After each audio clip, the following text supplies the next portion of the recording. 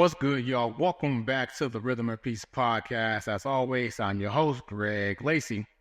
Now, people are out there saying that Kendrick Lamar is milking this back and forth with Drake. I can only imagine what y'all are saying about me. But nevertheless, we are here. I feel like I kind of hinted at this video. Well, I know I announced the video in a previous episode, but I've kind of been hitting towards wanting to do this video just through some of the song breakdowns that I have been breaking down through this back and forth between Drake and Kendrick Lamar. But lo and behold, we are here. We have the Drake mistakes video, the mistakes that Drake made in between this back and forth with him and Kendrick Lamar. The reason why I say mistakes is because despite, I'm a fan of both artists. Obviously, I'm a bigger fan of Kendrick Lamar. I feel like I've stated that already. But despite that, going into this back and forth, I don't want to say a battle.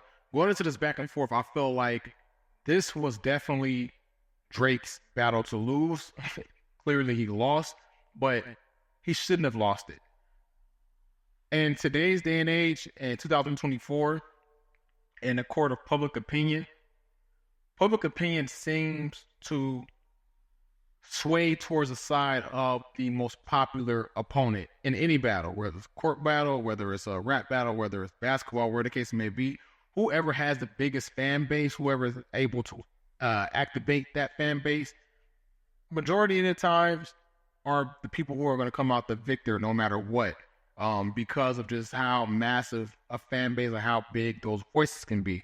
Case in point, since we're speaking about Drake, think about Drake and Pusha T.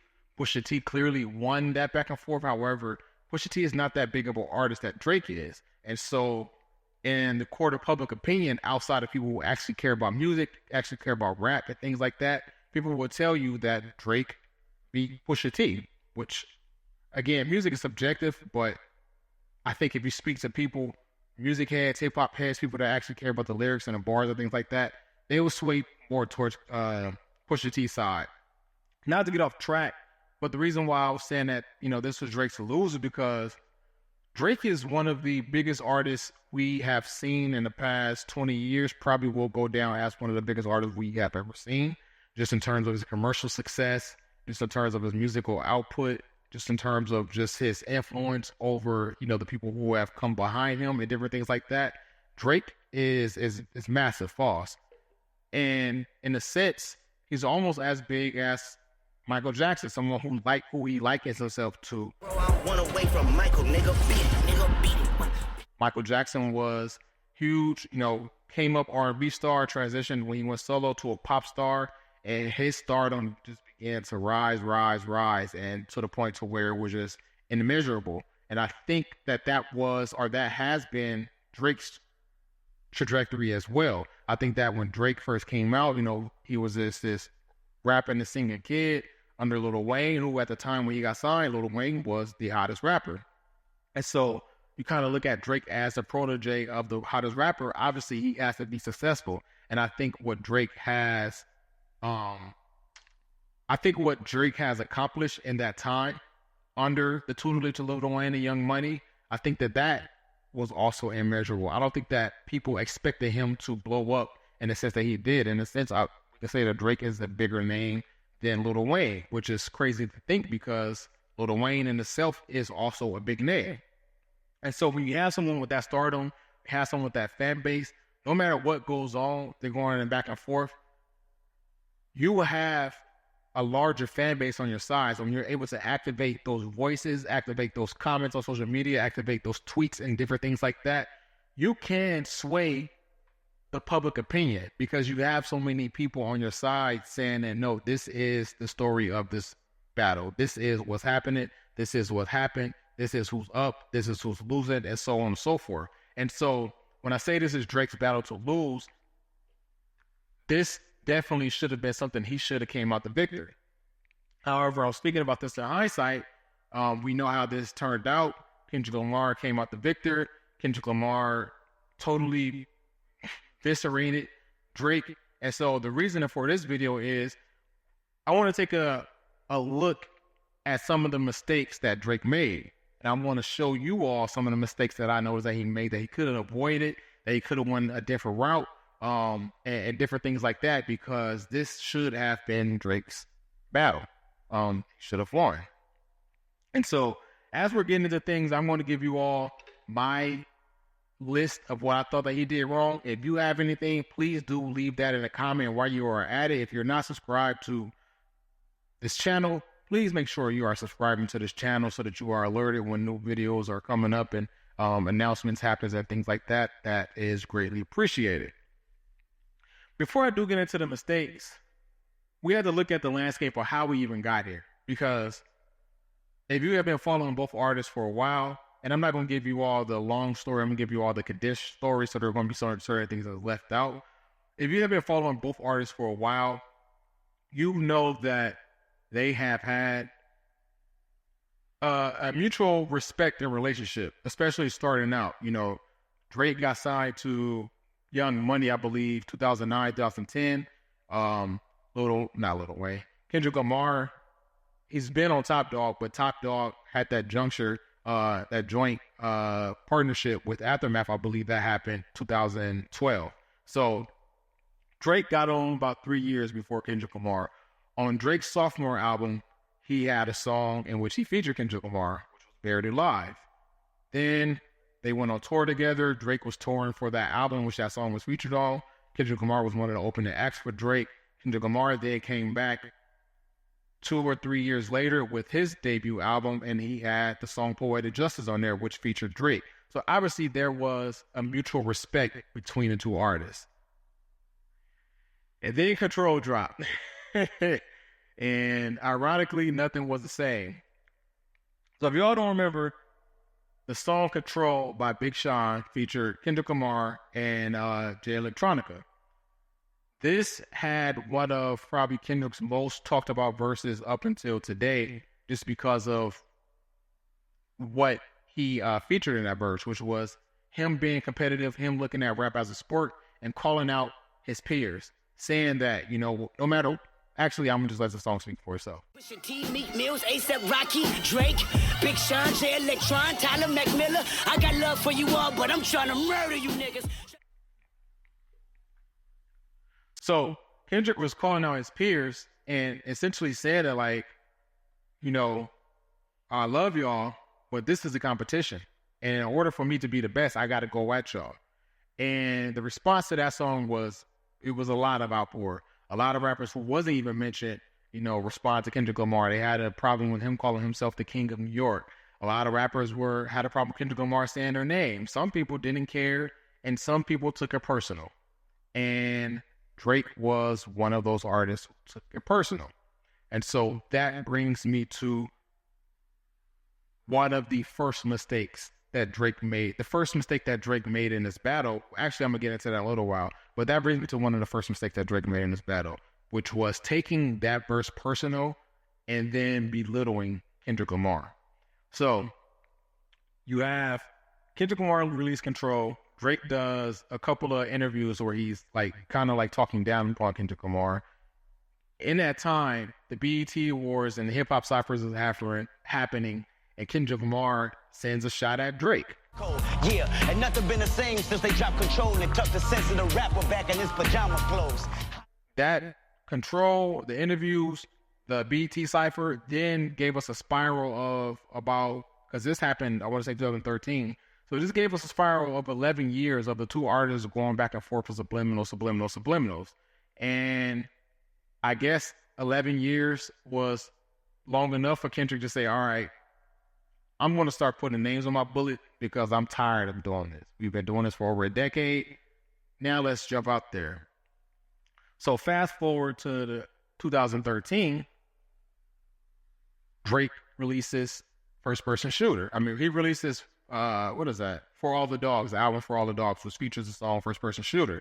Now, the rumor is this song was a song that was meant to be Drake, J. Cole, and Kendrick Lamar. However, Kendrick Lamar turned down being a featured guest on that song, which is why in the song Euphoria, he mentions that I'm surprised you wanted that feature request. So the rumor is that it was supposed to be the three of them on there. That never happens. It never comes to fruition. And then it just features Drake and J. Cole. Drake sends a subliminal at Kendrick on that song, and Kendrick steps out there and he gives us like that.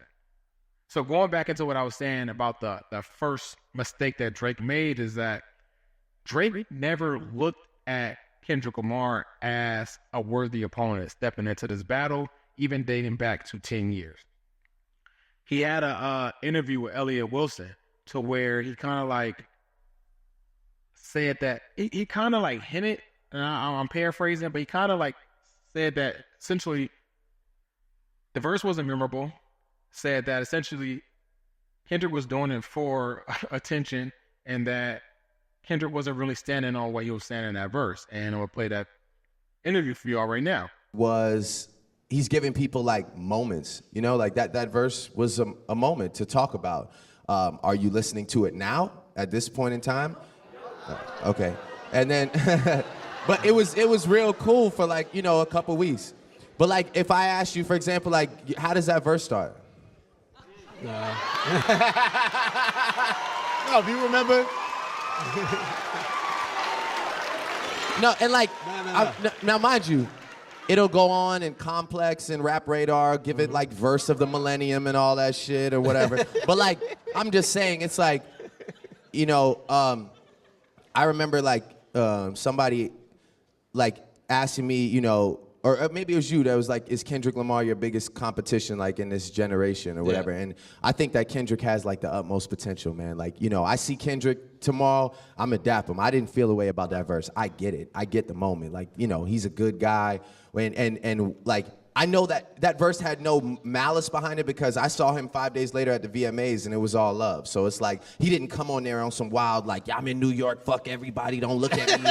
Like, I'm the king. So it was, you know, it was one of those things. It's like, I almost wish he had come in there on that shit because I kind of lost like a little respect for the sentiment of the verse. If it's really fuck everybody, then it needs to be fuck everybody. It just can't be halfway for the sake of the people. But you know what I'm saying? Like, for real, that's just how I feel. Yeah. But now, it didn't stop there. I don't know if he was on a press run. I mean, not if he was on a press run, because he was on a press run because his album came out that year. But clearly, that verse by Kendrick Lamar shook up the game. You know, rappers who responded to him, whether it was through music, whether it was through tweets, whether it was through posts, whatever the case may be, that also the media was egging on all this is going on. And it wasn't specifically like egging on between him or Drake. It was egging on between him and the entire rap game because he put the entire rap game on notice. And so you get that interview from Drake where he's talking down upon him. And then he also goes on another interview with Angie Martinez. After Kendrick's thing, you wouldn't. I noticed you didn't really get into that too much. So I just like, I don't know. It just wasn't real to me. It's like, I saw him after that, and it was just like love. So it's like, was that real or was that just like for the people? You know what I mean? I think it's a sparring kind of sport. Yeah, but at the same time, it's like, you know, then let it be real. Then, you know, I mean, because those were harsh words, right? So it's like, you can't just say that and then see me and be like, yeah, man, what's up? Pretending like nothing ever happened. Like, that's not real. To me, that's not like the nature of battling. I mean, there's passion behind it. There's anger behind it, you know, and I personally enjoy making like great music and bodies of work over like being the talk of Twitter for like 5 days, you know. But you see now, following that interview with Angie Martinez, it's when it seems that things began to take off. Because I think that Kendrick is catching wind that like, this person is my peer, even though he signed 3 years before me and he got on before me in terms of a major label standpoint, he's still my peer. I still think that I am the best in this rap class. We are the same age. Although I don't have the stardom that he has, I still look at him as my peer. While Drake, on the other hand, was saying, no, I've been on since X amount of years. You literally just signed your first major label deal last year. Pipe down. I took you on your first tour. Pipe down. That's where he made that mistake, because now you're punching down on somebody who is very capable of rapping at a high capacity. And so now those gears are starting to click. And now Kendrick is, by my guess, I can't speak for Kendrick obviously, but from my guess, Kendrick could probably feel slighted by that, because this is supposed to be a competition. What I said in that verse, I stand by that, but now you're talking down upon me. So all that happens. the Angie Martinez interview happened, the BET cipher happened, and then we just get 10 years of back and forth. October 2023, Drake released Control. I say Control. For All the Dogs. For All the Dogs features first-person shooter, as I just mentioned, with J. Cole. Now, on this song, following the rumor of Kendrick Lamar declining to be on the song, J. Cole seems like he's playing a peacemaker in the sense. Like, I'm guessing there was tension there, and like, okay, we wanted the song to be the three of us. He turned it down, and Drake just probably like, F him, let's go on, just me and you, we'll kill him. And from my sense, from being a J. Cole fan to see the things that happen and even transpire between J. Cole and Kendrick, J. Cole's a genuine guy. Shout out to my other St. John's alumni. Shout out to all my St. John's alumni. But it seems like J. Cole is a genuine guy. And so on that song, it sounds like he's playing as peacemaker. Like, I believe I'm the best, and I believe if we're talking about top three, is me, Drake, and Kendrick Lamar. We are the three that they mention when they ask for the best. And that's essentially what J. Cole said in the song. Drake is doubling down on, nah, it's just me and you. He has that verse where he says, who the best? Go say it. No, he said, who's the GOAT? Go say, who's the GOAT? Who you really rooting for? Terrible bar, but he said, like, a kid that act bad from January to December is just you and Cole. Essentially saying, at the top, it's just me and Cole. It's not me, Cole, and Kendrick. While on that same song, Cole is saying it's me, Kendrick, and Drake. Drake is saying, no, nigga, it's just me and you. And that's where we get to where we are now. So that happens in October. October, November, December, January, February, March. 4 to 5 months later, because I don't know exact date that We Don't Trust You album dropped. Actually, it dropped March 22nd. It dropped March 22nd. Okay, so this is bringing me to a segue into my next topic, where Drake just seemed like he was afraid to step out. So March 22nd, for a lot of people, March 21st, because obviously the album drops at 9 p.m. on the West Coast, 12 a.m. on the East Coast.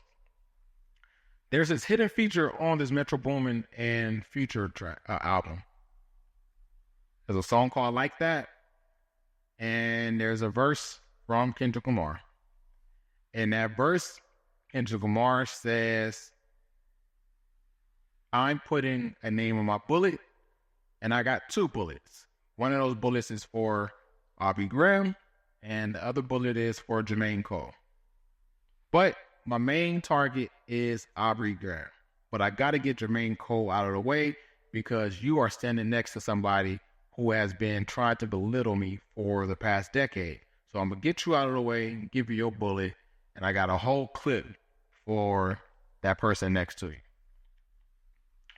Kendrick then goes on to say, the media has been telling the world that it's a big three, meaning it's me, Drake, and J. Cole at the top of the rap game. But I don't believe that. I believe that the output and everything that I've done in this past 10 years, I'm better than both of y'all. So it's not no big three. It's me 3 times. Y'all get out the way. Y'all can fight over who's number 2. Y'all can fight over who's number 3. But in terms of the top spot, there's a large deficit in between 1 and 2. So it ain't no big three. It's just big me. I'm above the both of y'all. Also in that verse, Kendrick calls out the song First Person Shooter. He says, fuck sneak this and first person shooter. I hope they came with 3 switches. So he calls out the song that made him step out there. He called out the song that said, all right, 10 years is enough. It's time to finally go at it. So he calls out First Person Shooter, and then he ends that same verse with calling out the album in which that song was featured on. Where he says, for all your dogs go to heaven, that's okay with all these knives. Wait, did I say that right? For all your dogs go to heaven, that's okay with all these knives. You go see Pet Cemetery. Yeah. So he calls out both of them. He calls out the song that they were featured on, in which the disrespect continued on from Drake. He also called the album that was featured on. So Kendrick is saying, no more of the sneak dissing. We are here now. Which brings me to my second point. So my first point was Drake just never looked at Kendrick as a worthy opponent, and that was the biggest mistake because Kendrick, obviously we see now in hindsight, is a worthy opponent, but anybody who's a fan of rap, who's a fan of Kendrick Lamar, who's a fan of both artists, know that Kendrick is a worthy opponent. Kendrick can rap and have been rapping for a good, almost 20 years. And so for Drake to try to belittle him because of his commercial success and not actually because of his ability to rap, that was a mistake because you're not actually sizing up your opponent correctly. You're looking down on your opponent, you're talking down on your opponent, and because you're talking down, you think that you can play to like we say in basketball, you play to your competitor's level. You play a weak team on Wednesday, you might, if you're the top team in the league, you might just lose that Wednesday game because you're coming in with the mind state of, we got to play these weak dudes. I don't really want to give my best effort because on Friday, we got to play the third best team in the league. So I'm going to play down to my opponent's level. And a lot of times when you do that, you get upset. Seeing it happen plenty of times. It didn't happen in my own life. I'm pretty sure if you're a hooper or a football player, whatever the case it may be, it's happened in your life. It happens a lot when you play down to your opponent's level. They surprise you and they kick your butt. And so that's what happened here, which Kendrick's actual level wasn't down. It was right here. And that was a mistake that Drake made. He tried to play down to someone's level who was actually down there. So you have Kendrick operating up here and Drake is operating down here.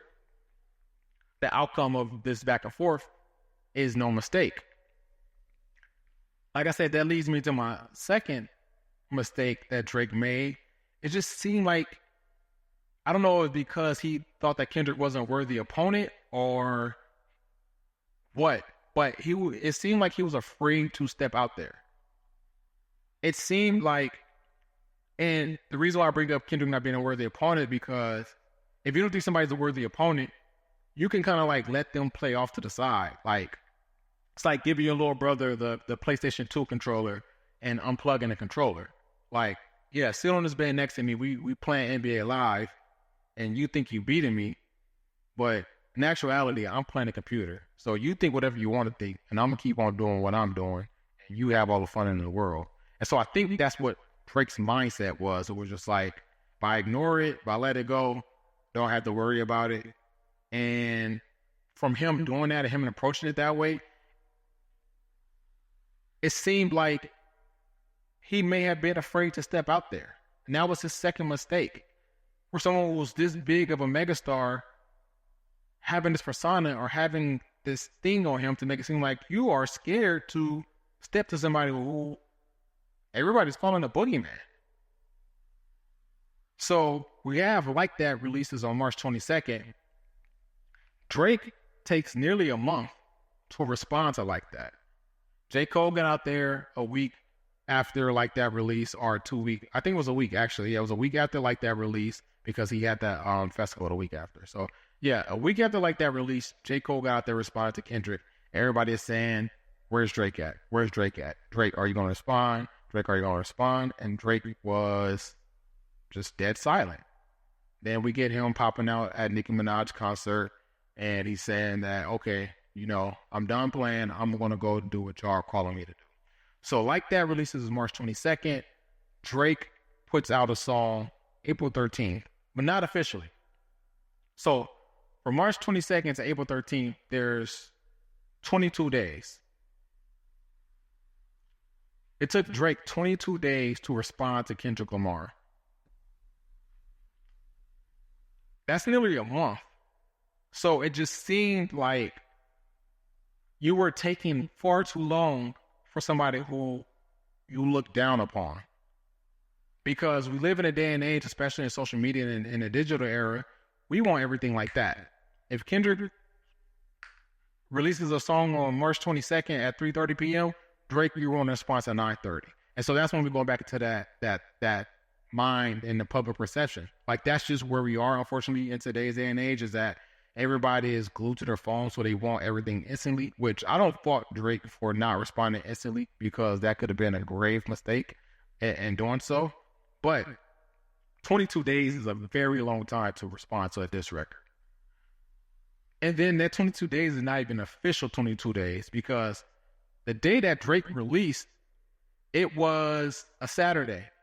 And because Drake had been so silent for 3 weeks, nobody even actually believed that it was Drake, because the way it was released, I believe it was either on Twitter or YouTube, and then DJ Academics went on his live and playing a song, and nobody believed that it was an actual Drake song, because in between those 3 weeks when Drake wasn't responding, people were making AI songs. They were making AI Kendrick songs, AI Drake songs. And so as the more AI songs began to release, people started to question everything that released. So when Drake first responded with the song Push-Ups on 413, he didn't release it officially. It was just like some internet file. Again, I don't know if it was Instagram, Twitter, or YouTube, but it was out there. It didn't officially release. He didn't post it. Nobody in his team posted it. It didn't go to DSPs.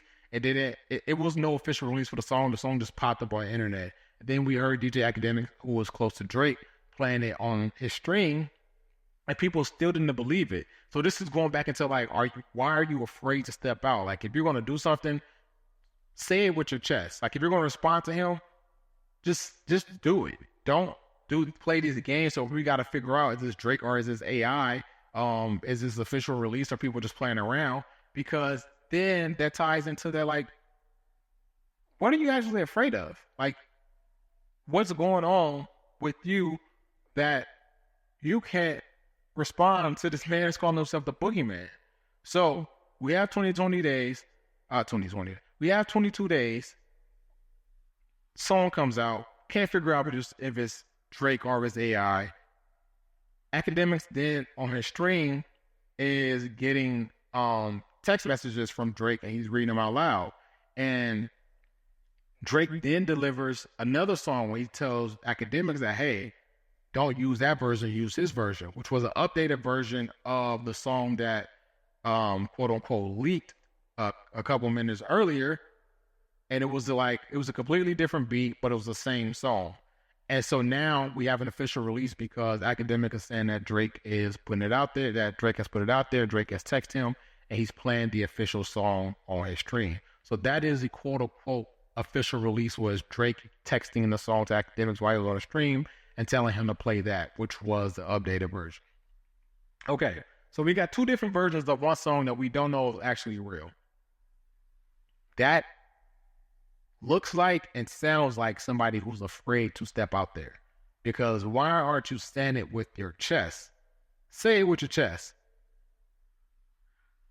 Then we get those songs. It's officially out there. Even though Academics was telling people that Drake was texting him, and even though everybody know that Academics has close ties with Drake, people still didn't believe that it was a real song. And so that further ties into, like, what are you afraid of?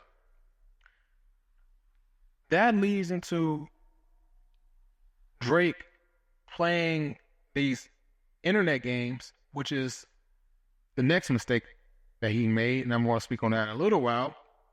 But on that stream, following that, he's texting Academics throughout the stream.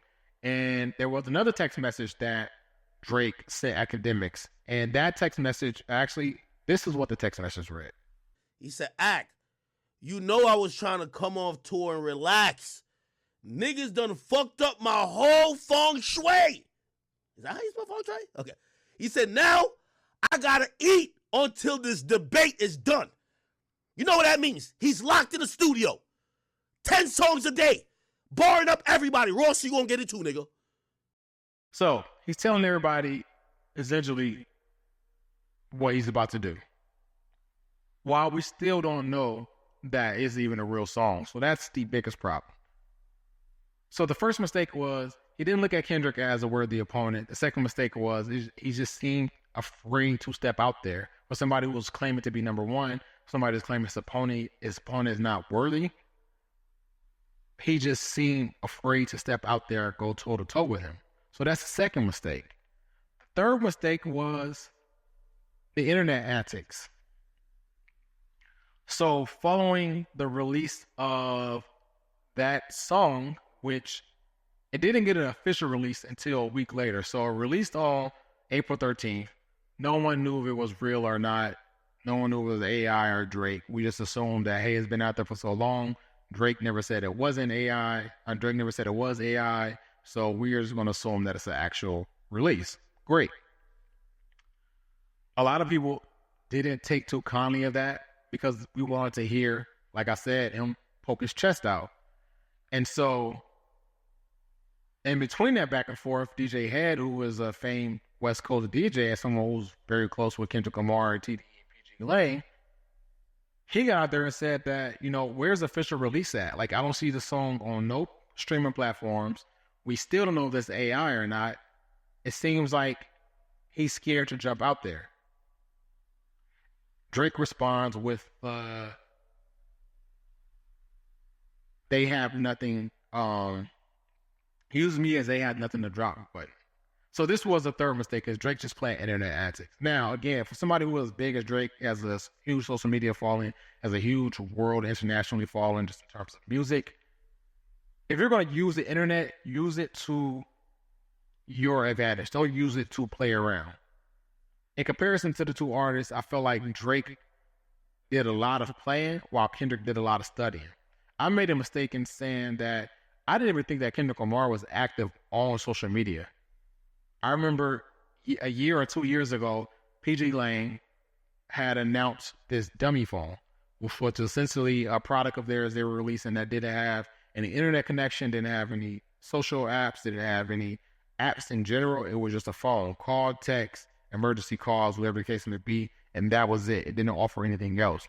So when you are releasing something like that, especially when you considering that Kendrick is somebody who is very private, we don't hear much from him, we don't see much from him, I just assumed that Kendrick just be off the grid all the time.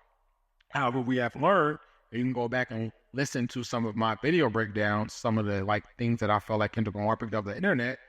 He paid a lot of attention to things that were going on the internet. He watched, he dug, he pried, whatever the case may be. Kendrick found out things that I just never assumed that someone like him was, who appears to be off the grid, could find out. So while Kendrick, who was opponent, is studying his opponent on the internet, his opponent is using the internet to play around. So he has that use me as they have nothing to drop button, which is essentially Drake's gravest mistake because, boy, Kendrick had a lot to drop. Unfortunately, he had a lot to drop, and he puts you in that turtle shell, and we have not heard from you for some time now. So that was one of the things that he did. Another thing he did was posts he was making. He was essentially likening himself to Kill Bill, posted a Photoshop picture of him in that scene where, and I haven't seen, unfortunately, I've seen a lot of movies, seen a lot of classic movies, especially black movies. Unfortunately, I have not seen Kill Bill. So as I'm speaking towards his scene, I can't vividly depict it, but I've seen enough scenes of Kill Bill to know what it is. That's neither here nor there, but the reason why I bring that up is because Drake posted a picture of him photoshopped as Uma Thurman, or in Uma Thurman's position to where she's surrounded, I think, like in a dojo by people with a bunch of weapons, essentially saying like that's who he was, because obviously he took on this persona as Drano's, Drake version of Thanos, because he was going at so many ops, which was another mistake he made, but we're not really going to dive into that. But he posted himself as a Photoshop in that. So still like playing around.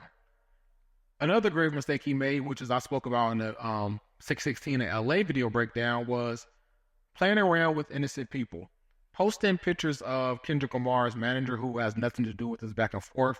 That was a grave mistake. He also made mistakes in terms of the internet by reading into things that I'm not going to speak about right now, but in terms of Kendrick Lamar's wife. That was a totally grave mistake he made in terms of playing with the internet and believing things that are going on the internet.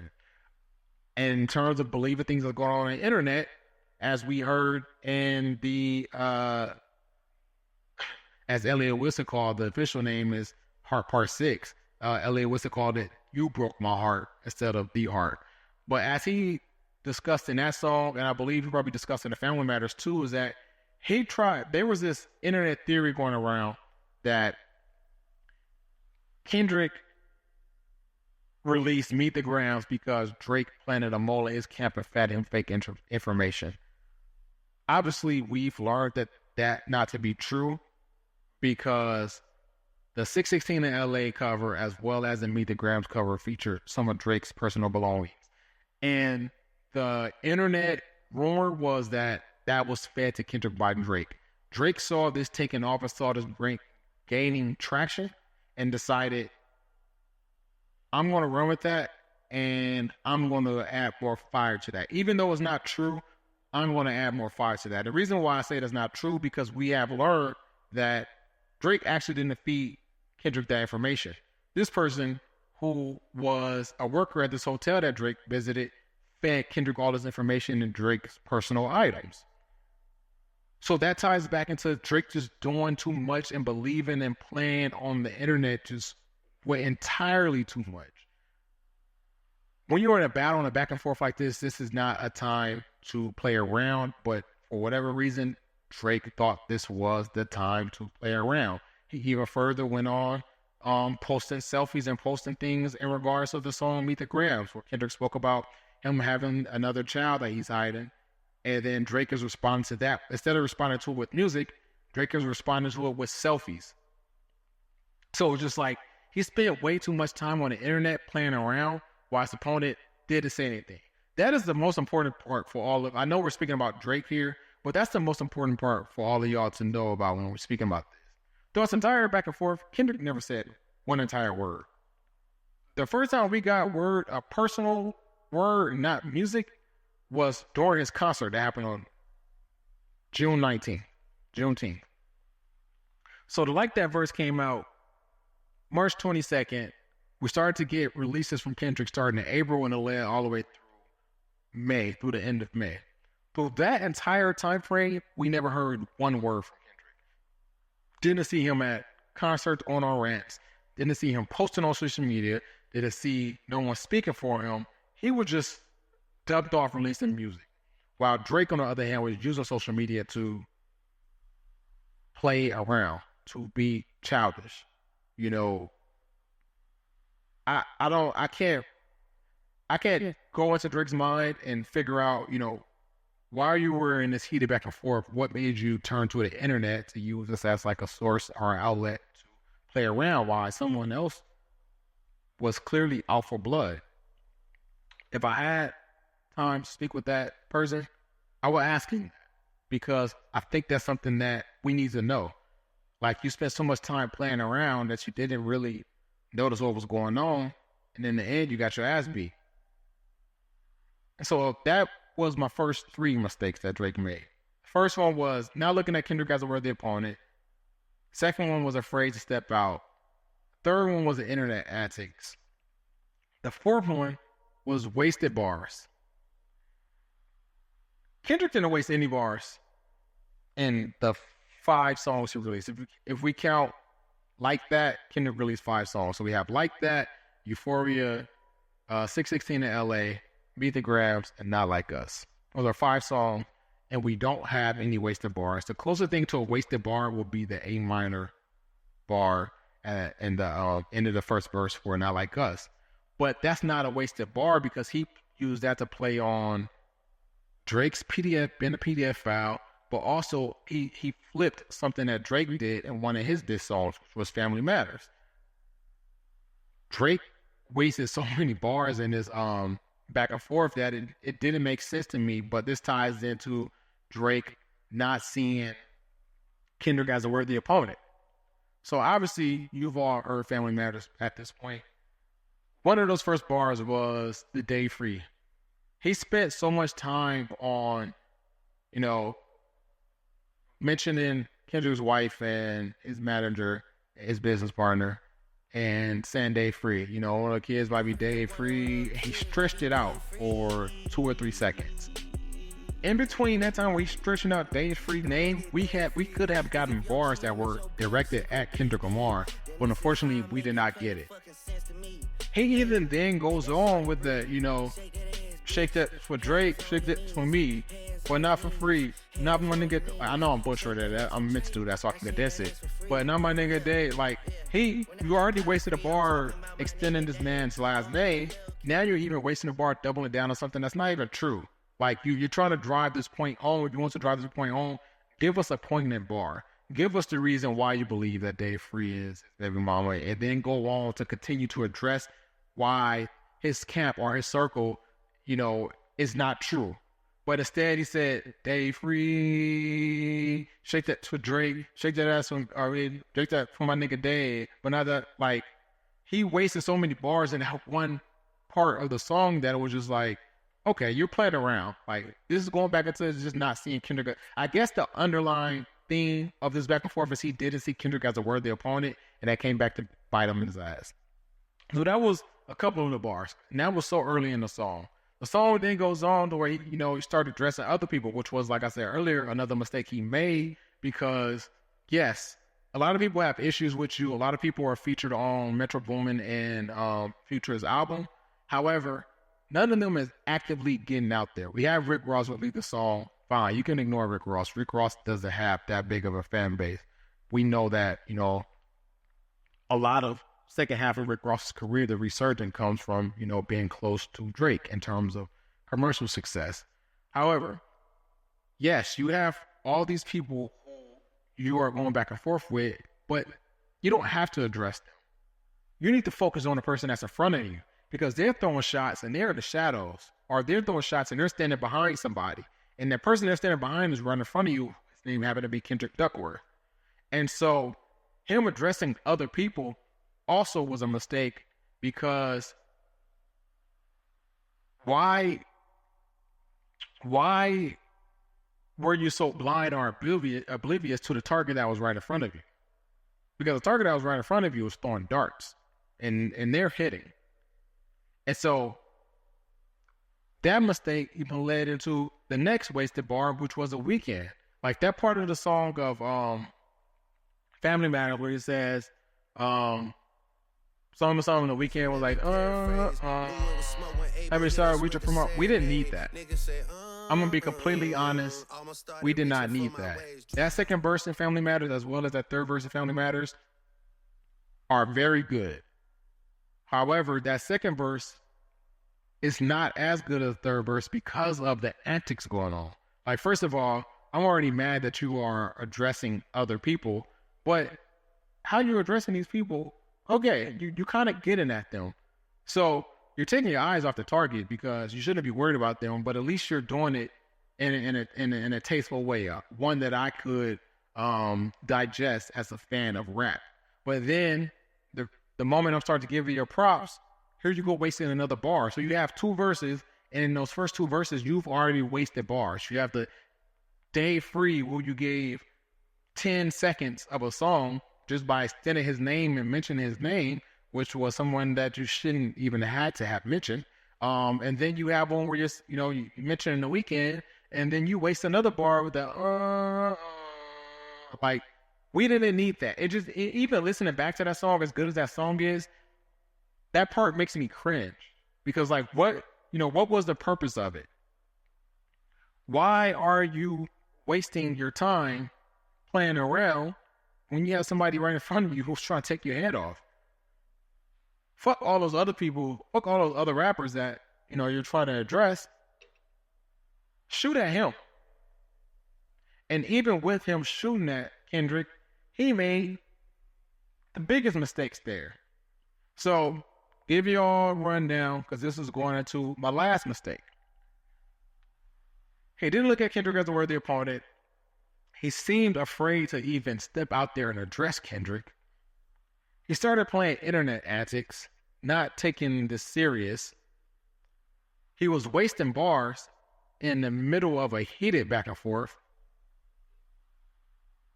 And in the middle of wasting bars, it just seemed like he was culturally just unaware, just very just out of touch for someone who is mixed, for someone who culturism has been put in the forefront in this back and forth.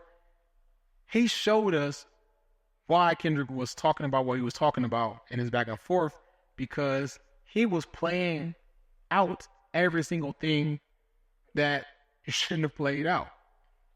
The first and the biggest mistake. Drake, unfortunately, has this affinity of addressing or mentioning other men's wives. I tag this as him being culturally unaware because if you come from the hood, you come from the culture, you know two things for certain. Women and children are off limits, no matter what. And the minute you begin to address or affect women and children, men tend to see red. We are men. We have egos. We have a lot of testosterone. We take on these personas of being providers for our families. And so the minute that you are threatening the people that I feel like I'm here to protect, I'm going to see red. And Drake has made this mistake time and time again. The first back and forth for him and Meek Mill. Granted, he came out on top in that back and forth, but he made that mistake there. You know, famous bar is it a world tour or is a girl tour? And he had other bars addressing Nicki in that back and forth as well. But, you know, at the time, Meek Mill was dating Nicki Minaj, who was Drake's label mate. And him mentioning her not only, you know, probably making Meek Mill feel some type of way, but it caused a strain between the two of them who were once close friends. Granted, Meek Mill, unfortunately, was not ready to step up to the plate to battle Drake. But had it had been a worthy opponent, that would have been a grave mistake. And we learned that later on because he did the same thing with Pusha T. He said Pusha T's name, he said Pusha T wife's name, somebody who was, you know, I wouldn't give him a pass for Nicki Minaj, but at least with Nicki Minaj, he's mentioned somebody who he has a standing relationship with, somebody the entire world knows, somebody who was not private, somebody who was a megastar herself. You go to Pusha T, whose wife is essentially a civilian. She's not, their relationship is not public. She is not a public figure. She is out of the light.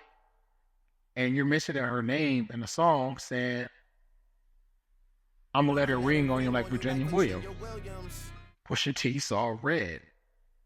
Because of him mentioning Pusha T's wife, Pusha T then went on to expose to the world that, hey, this nigga got a son that he's hiding from the world, and he's only gonna announce that he has a son by pairing him through an Adidas campaign. So what I'm gonna do is I'm gonna step on that Adidas campaign and I'm gonna force him to be a child. And this is not, I'm paraphrasing obviously, but this is not like wrong. This is what was put out there. Same thing even within that song that Pusha T released, him inspired his child. He's also taking stabs at the people around Drake, you know, that 40 tick tick tick bar. He saw red. Once you mention my wife, things are off limits. I'm going to bring your child to the forefront. I'm going to bring to the forefront that you have birthed a child with someone who is rumored to be a porn star, and you have a friend who may be on his way out. There is no, at first there's going to be a lyrical miracle back and forth, but you took it there, so I'm going to go there. We would think that from there, Drake learned his lesson, because Drake then went on to cry about Pusha T doing that and how that made him feel, and Pusha T stooping too low, and Drake and Jay Prince went on a full media run talking about how Pusha T stooped too low, as if Drake did not just mention his man's wife by name. So you would think, coming off of the Pusha T loss, which I guess you wouldn't think that because you don't think that he lost to Pusha T, because Pusha T, again, is not that big of a commercial artist. So while some of us feel and know that Pusha T beat Drake and came out the victor in that battle, the rest of the world don't know Pusha T, don't care for Pusha T, and are fans of Drake. And so he still has no chink in his armor because they don't know who Pusha T is. And we're not going to consider that a loss. So I guess if the tables were flipped and he actually believed he lost, he would have learned from a mistake. But he didn't. He did not learn from a mistake because he followed up and did the same thing here with Kendrick Lamar and mentioned his wife's name. So the first song that Drake put out there was Push Ups. He has a bar where he says, I be with some bodyguards like Whitney. Now I'm going to be 100% honest here, y'all. I did not think of me knowing Kendrick Lamar, I knew his white name was Whitney. I did not think that that was a shot at his wife. And I'll even go as far as to say that I even put it out there that I call people, I don't remember if it was young or I call people stupid, but I remember going on an Instagram post where somebody was alluding to that. I was like, y'all too young to know what The Bodyguard is. Because if you know what The Bodyguard is the film in which Whitney Houston was featured in. And so when Drake says, I'll be with some bodyguards like Whitney, I think that this is a play on the fact that he'd be with bodyguards and Whitney was in a song called Bodyguard. However, I later learned that there was a Reddit thread going on saying that Kendrick Lamar's wife was having an affair with his bodyguard. And that was a rumor that was going around. So this is even tying back into the internet antics and Drake just relying too much on things that aren't true. And so there was this rumor going around that she was stepping out on her marriage with his bodyguard. And so while I didn't think that that was a shot at his wife, after I learned about this rumor that was going around and the fact that it was gaining traction, I said, oh, this idiot saw what was online and he did that. And I only can confirm that because he did the same thing with the fact that people, made this rumor that, oh, Drake planted, a mole at Kendrick camp and they're believing all this information. And so because I saw that Drake lie about that and take that and try to put more fire behind that so it can gain more traction, I have no doubt that he saw that rumor and he decided to run with it. So that was one of the mistakes. The other mistake was the day free. So when that story didn't stick that Kendrick's bodyguard was having an affair with his wife, it didn't stick because Kendrick's wife is private, Kendrick's bodyguard is private. They are not public figures. If you know Kendrick, you probably know them. Or if you know TDE camp, you probably know them. But if you don't know them personally, you don't know them. And so that story didn't stick because people just didn't care. Nobody knows who Kendrick Lamar bodyguard is. Nobody really knows who Whitney is. So that can go on and we can ignore that. The next rumor was that Whitney was having an affair with his business partner and manager, Dave Free. And the rumor even further went on to say that she gave birth to one of his kids and Kendrick was playing stepdad to one of his kids. Again, not true, never been proven. However, Drake saw the story, this rumor, and gaining traction on the internet and said, okay, I'm going to dive into that. So when I tell y'all in the previous mistake that he was wasting bars, that was him wasting that bar, saying that, one of those kids may be Dave Free. It wasn't something that Drake did his research on and just decided, hey, I think that there's something there. It was literally just something that Drake saw on the internet and said, okay, I'm going to run with that. That's pretty funny. And then he extended that even further into, the reason why they're having marital problems is because of that.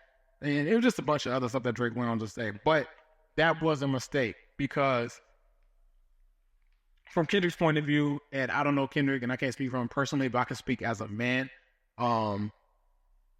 Just don't mention my wife. Don't mention my wife. Don't mention my girlfriend. Don't mention my side piece.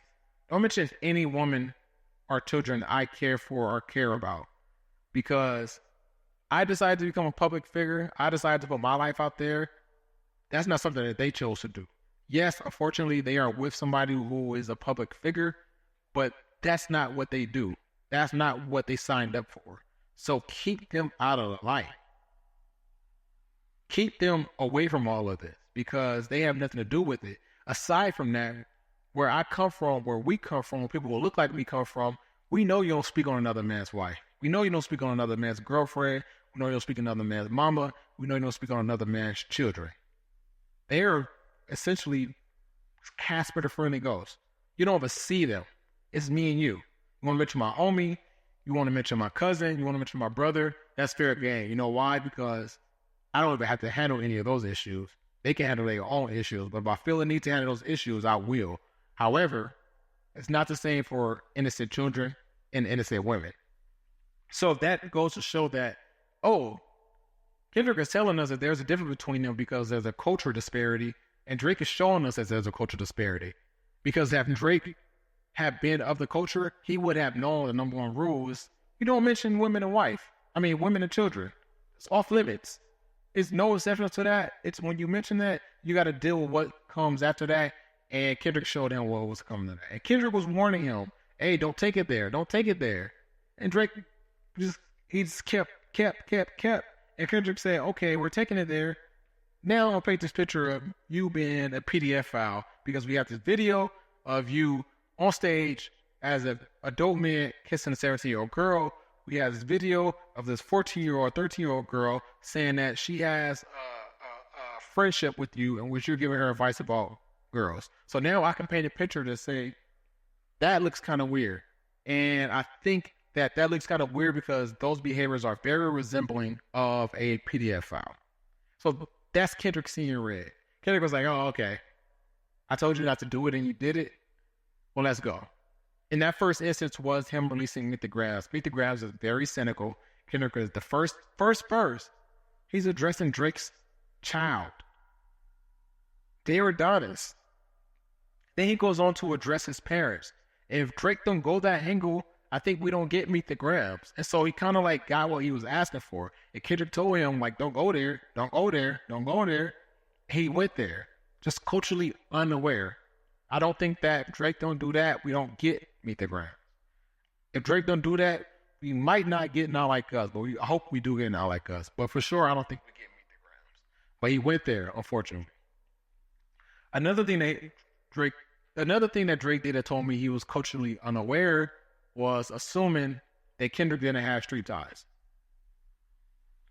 Drake assumed that because Kendrick was from Compton and didn't claim an active gang, he didn't claim an active gang, that he did not have street ties, which is not true.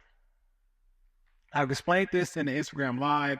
I feel like I explained this in the Not Like Us video, music breakdown, and I want to explain this again here. In Compton, in cities like Compton, whether you are actively gang banging or not, you are affiliated with the gang, unfortunately. That is the unfortunate geography lottery within Compton. If you grow up or spend time in a certain section, you are affiliated with that gang whether you claim it or not. Which is why, the most famous skit in Good Kid, Mad City, where you stay, where your mama stay, where your grandma stay. Those are questions that happen within our city because it's important. A lot of times, now I can speak from friends and I can speak from my family. Majority of the time, people claim hoods where their grandma stay because majority of the time, when you are stepping off that porch, getting off the porch, hanging out in the neighborhood, it's at your grandma's house because you spend so much time at your grandma's house. And the story behind that, I want to give y'all a deep dive. But in LA and Compton and Watts and things like this, home ownership starts with our grandparents. Our grandparents came from the South for a better life in the 60s and 70s. And they were able to, not able to because they were, and that's another topic. Y'all can go back to Speak My Peace podcast to listen to that. But because of redlining, they could only buy homes in certain neighborhoods, whether it was Inglewood, Long Beach, Watts, Compton, wherever the case may be, but they had home ownership. We don't see too much of that now because the homes cost so much, but back then the homes were very affordable. However, we were redlined to only purchase homes in certain places. And so, say your grandma bought a home in 1970s. Your grandma more than likely is still going to have that home, in the early 2000s when you're a child, when you're a teenager. And so, in a lot of black families, especially within LA, when your parents fall on hard times, where do you go? You go to your grandma's house until your parents can get on their feet. And so, when it comes to the point to where you have to go to your grandma's house and stay with your grandma's house, you are spending time in that neighborhood. And so, I'm just tying this back into that skit on Kendrick Lamar album, where your grandma stay, is because all right, you're trying to tell me you don't bang no hood, but where your grandma stay? Because wherever your grandma stay, those are probably the people you were hanging around. So that's the significance of that. Tying this back into Drake, he made a grave mistake in just assuming that because Kendrick don't actively claim a gang, that Kendrick wasn't affiliated with the gang. However, if you are from the city, if you're a fan of Kendrick Lamar, if you know anything about Kendrick Lamar, you know that Kendrick Lamar is affiliated with the gang, even if he don't claim a gang. You can go back into the Typical Butterfly album cover. But he's bringing the hood with him wherever he goes. How did the album art come to be? I wanted to bring a light as far as wherever I go, that's where the city is going to. Whether I'm in the White House, whether I'm in Africa, I want them to see it just like me.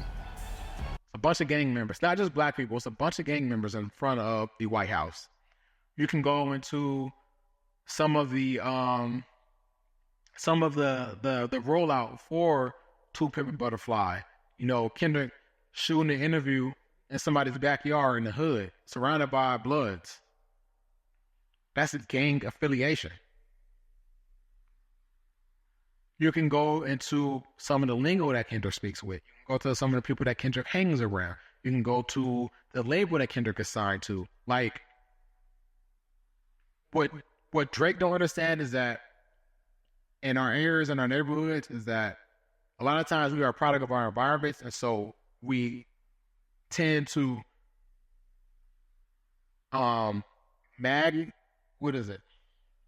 we tend to gravitate to the people around us, the older people our peers, whatever the case may be. And if they're claiming the gang, you want to claim that gang too. However, in those same neighborhoods, they can respect and see when people have a greater meaning than just being a product of their environment. They can see when people are so special that they can grow out of that environment and become bigger than that environment. And those people, and the majority of times, are well respected. I've been listening to Kendrick for about 20 years. I think probably about 15, 16 years at this point. I can see Kendrick being that person in the neighborhood that people see, oh, he can rap. Let's keep him away. You know, the story of DeMar DeRozan and, you know, how he got the name Debo. Such a great basketball player that everybody in the hood knew, hey, don't mess with him and leave him alone. Because for one, he can handle himself. But two, that kid is going to go places. So just stay away from him. That's Debo. Leave him alone. And Drake, I guess, had this misconception that because Kendrick Lamar didn't have gang ties, because Kendrick Lamar wasn't riding around with a big red flag, that Kendrick wasn't that. But we know that Kendrick is that. Drake also believed that because he had relationships with people from the city that Kendrick Lamar is from, that he was more respected in those neighborhoods because he had been around people who are actual gangbangers. I just gave y'all an example of DeMar DeRozan. Obviously, DeMar DeRozan spent the first half of his career in Toronto playing for the Toronto Raptors, in which Drake is a brand ambassador for. DeMar DeRozan is from Compton. DeMar DeRozan is affiliated with a certain section in Compton. We know that Drake has or had a relationship with YG. YG is from Compton. YG is associated with a certain section of Compton. So when you have YG and Drake being frequent collaborators, you can say that, oh, they may be friends. There may be a relationship there. We know that Drake has a relationship with the gang. We know that they have had songs that they've been featured on of one another. Also, in one of those songs in which the gang shot a video for, Drake was in the middle of Compton. This and Kendrick, subliminally, ironically. But I say all that to say is that Drake made that grave mistake, like, oh, you don't claim a set, so you're a civilian. You don't claim a set, so you're, I'm not gonna say the word, I'm gonna say a cat. But you don't claim a set, so you're not really a real deal in your city. So through all those antics, Drake just showed us he wasn't culturally aware because he tried to paint this picture or tried to belittle somebody who was really from where he's from, somebody who was very culturally aware, somebody who was really grounded and rooted in this neighborhood. He tried to paint this picture as because you don't look like what the stereotypical black person look like in that neighborhood, you are not really a factor in your neighborhood, which couldn't be further from the truth. We obviously learned that one, he was wrong because the people he called out, which was YG and DeMar DeRozan, they made it known that, nah, I know we had a business relationship, but this nigga right here, not only is he from my city, that's my brother, so I'm going to stand behind him. I know the game is a weirdo, and, he claimed his alliance with Drake. I don't speak for me, I speak for entire country, and I tell y'all, we do not claim the game. The game has made major contributions to the city and major contributions to the world of hip-hop. However, in 2024, he has really separated himself to the point to where we, people from Compton, try our best to not associate ourselves with the game, because then y'all will believe that people from Compton operate like the game. So he called out DeMar DeRozan, called out YG. They, made it known they will stand, solid and being rooted at home. The game made his allegiance with Drake. He also called out Chris Brown, which was a grievous mistake, because everyone knows that Chris Brown is from Virginia. Yes, Chris Brown is from or claim a hood in Compton, but Chris Brown is not, like, you're trying to paint pictures of Kendrick Lamar not being a factor in his hood or a factor in his neighborhood or a factor in the city. This is not the person to compare to him, because when I speak about the culturally aware thing, we look at Chris Brown and we think extortion. We don't even hesitate to think that. Whether Chris Brown has been extorted, that's neither here nor there. That's for you to debate, for you to decide. I have my own beliefs. You can have your own beliefs. But when I'm speaking about people from the city, we don't look at Chris Brown as Chris Brown as a person from the city. So you mentioned 4 people. 1 is not actually from the city. 2 made sure that they were vocal or stood beside Kendrick, and 1 of them just happened to be a weirdo. So he was very culturally unaware in the sense of trying to paint Kendrick as his dweeb, because he doesn't look like what the stereotypical black man from Compton looks like, because he don't talk, not even talk, because he does talk like that, but because he is not out here pushing the line so openly like stereotypical black person from Compton and how the white media perceives us to be, he saw him as a square. And that was the gravest mistake, because we seen Kendrick align himself with those people. We seen the Kendrick Lamar pop out. Like, this is real people actually from the city standing behind this man, and you don't get that type of respect by having money. You get that type of respect by being a solid dude, also being somebody who is very present for the neighborhood. So that was another thing that Drake showed us he was culturally unaware.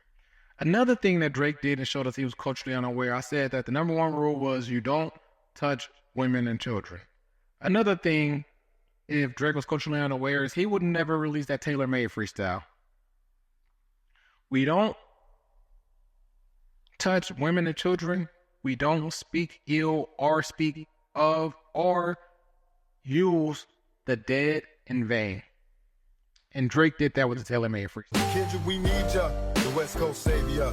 He couldn't have made a bigger mistake than he did than having an AI Tupac verse. Tupac? Come on, Drake.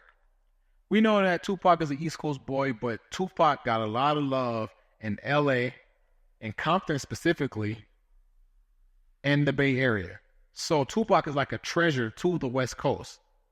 So not only do you show you're not culturally aware because you are using the dead's likeness in vain, but out of all people, you choose Tupac, someone who was essentially like immortal on the West Coast, while battling against the person who is like the Tupac of the generation.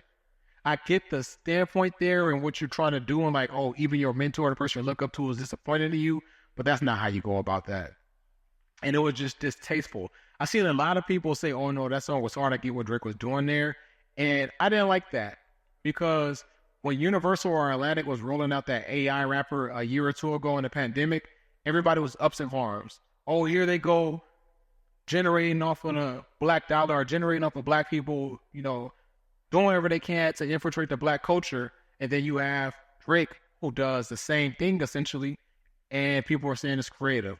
I personally didn't think it was creative. Again, I'm very culturally aware, and that could be the reason why, but I just thought it was distasteful.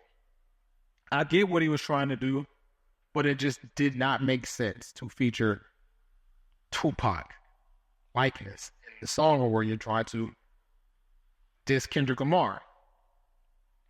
The last thing I would speak about in terms of Drake being culturally unaware was a slaves reference. Drake culture has been put on the forefront and this is back and forth. And the fact that he's not fully black, the fact that he was raised by a Caucasian parent, or the parent that he was raised by was a Caucasian parent, the fact that it looks like he profits off the backs of black people, the fact that he really don't put himself out there in terms of aligning with black culture when we have social justice issues or certain things like that, all those things were brought to the forefront. So you already look weird in the light. And then Kendrick has Euphoria. We said, we don't want to hear you sing nigga, because when you say nigga, it kind of make me cringe because I look at you as a YT person. Drake doubles down, and the first words you hear in some of the first bars you hear in the next song that is released after Euphoria is Drake saying nigga. And in that same song, he's saying, why is Kendrick rapping like trying to get the slaves free? We saw how that mistake played out. You don't know how it played out? Listen to the last verse of Not Like Us. Kendrick flipped that so incredibly well that even I did not predict that he would do that. I thought he would just speak to it, but he flipped it. And he turned it to a verse, and he educated us on a poppy song. Not Like Us is a very poppy song, a song that we all dance to. And Kendrick is giving us a verse where he's educating us on culture vultures. He's educating us on colonizers, because you, the idiot being culturally unaware, is mentioning that I rap like I'm trying to get the slaves free. Yeah, my ancestors were once slaves. And so I speak to the plight of their descendants. I speak to this hope that we have in this country as black people, something that you don't fully understand. So Drake made a lot of culturally unaware mistakes in his back and forth and bringing up women and children. Thinking that because something appears a certain way, that it is that. And assuming that Kendrick doesn't have street ties because he's not actively claiming a gang. Using Tupac, an immortal legend on the West Coast, all of the West Coast, from as low as San Diego to as north as, I don't know what's the northern part of California.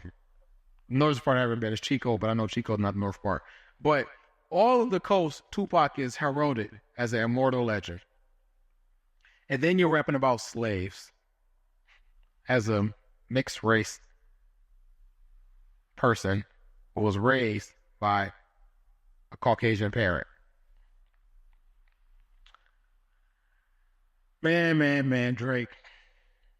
You could have won this battle. Not you could have, because I still would have been going for Kendrick. You should have won this battle. But you just made too many bonehead decisions. You didn't look at Kendrick, who is heralded as one of the best rappers of his generation. You didn't look at him as a worthy opponent. Despite the media telling you, this is one of the best rappers. We don't know who's 1, 2, or 3, but he's one of those 3. And for some reason, you didn't believe it. You showed us that you was really afraid to really get out there by taking so long to respond. And when you did respond, it wasn't an official response, to the point to where we had to question whether or not you actually responded. You play too much into internet games, posting on the internet, posting memes, posting Photoshop pictures, buying into rumors that you see in Reddit and Twitter threads. You wasted bars. You wasted bars in a back and forth in between you and a very worthy opponent. Somebody showed you they was not playing from the Like That verse and doubled down on the fact that they was not playing with the Euphoria song. And the biggest mistake is you just showed us that you were very culturally unaware. And the back and forth where your opponent is holding this mirror up to you and saying that you are portraying to be someone you're not. You are portraying to be of this culture, but you are really just a vulture. You're really just a colonizer, somebody who uses our culture for profit. I hope this is the end of that back and forth between them two, because if I was personally Drake, and I'm not, but the response from Not Like Us, from that single blowing up to the pop-up show to the music video doing numbers, that would piss me enough to get back in the ring. But I hope that that does not do that for Drake, because we don't want to see Kendrick beat a dead horse. So hopefully this ties the end of this back and forth, and this is the last video I had to speak about them two. But I told you I was gonna give y'all this video and details of the mistakes that he made, so I had to deliver on that. Hope y'all enjoy this. Hit the subscribe button.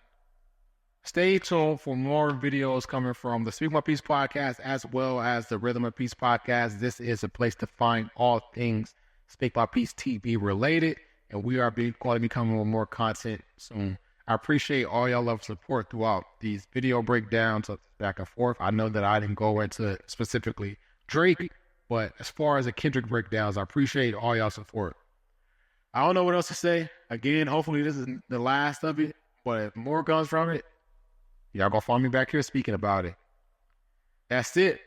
I'm out. Peace.